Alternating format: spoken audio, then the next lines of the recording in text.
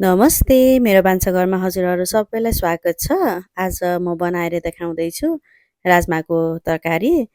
यो तरकारी चाहिँ मैले किचनमा सजिलैसँग उपलब्ध हुने कमसे कम मसला युज गरेर बनाएकी छु। यो चाहिँ खाँदाखेरि एकदमै मिठो र जसले पनि बनाउन सक्ने हुन्छ। र सुरु गरौँ है त। मैले ग्यास अन गरेर प्रेसर कुकर लिएकी छु। त्यसमा मैले तेल राखेँ, 3 चम्चा जति तेल राखेकी छु।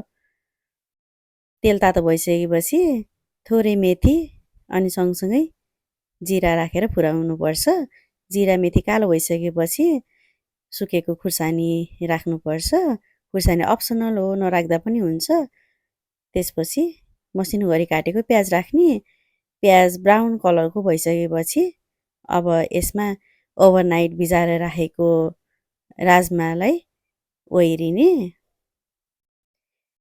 अब यसलाई एकछिनसम्म चलाएर पकाउनुपर्छ। 1 चम्चा बेसार, 2 चम्चा जति नुन, नुन चाहिँ स्वादअनुसार चाखी राख्नुभए हुन्छ।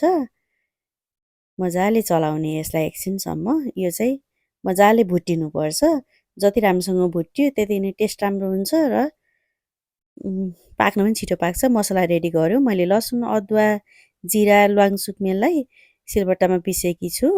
हजुरहरू खलमा अथवा मिक्सरमा पिस्दा पनि हुन्छ। राजमा यत्तिको भुटिसकेपछि पिसेको मसला राख्ने। मसलालाई पनि एकछिनसम्म भुट्नुपर्छ। यसको र टेस्ट जाने गरेर भुटिएन भने चाहिँ यो लसुनको अनि जिराको काँचो काँचो बास्ना आउँछ, मिठो हुँदैन। यसलाई यसै चलाएर एकछिन भुटिसकेपछि अब पालो टमाटरको। एउटा टमाटर काटेर यसमा राख्ने र टमाटर नगलुन्जेलसम्म चलाई पकाउनुपर्छ। चलाएन भने अघिनको मसलाहरू सबै तल लागेर जल्ने हुन्छ। अब 1 चम्चा र आधा चम्चा गरम मसला राख्ने। अरू मसला राख्नु पर्दैन किनकि जिरा अलरेडी पिसेको छ। अब यसमा ठिक्क राजमा डुब्ने गरेर पानी राख्नुपर्छ। अब यसलाई बिर्को बन्द गरेर 5 सिट्ठी लाग्ने गरेर पकाउनुपर्छ।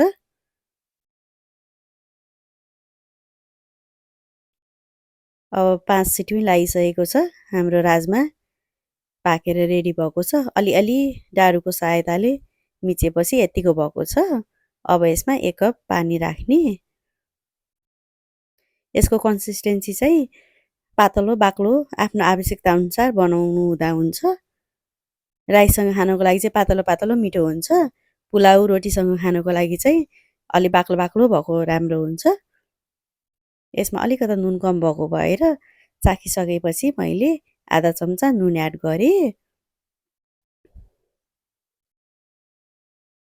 अब यो 10 मिनट जति उम्लिसकेपछि सर्भ गर्नको लागि एकदम रेडी भएको छ। सर्भ गर्न अगाडि माथिबाट हरियो धनिया सर राखेपछि अब यसलाई सर्भ गर्नको लागि रेडी भयो।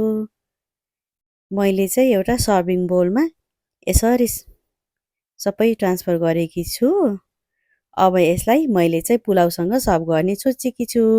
हजुरहरू पनि यस्तै गरेर राजमाको तरकारी बनाएर आफूसँग जे छ त्यसैसँग इन्जोय गर्नु होला है त। Happy cooking.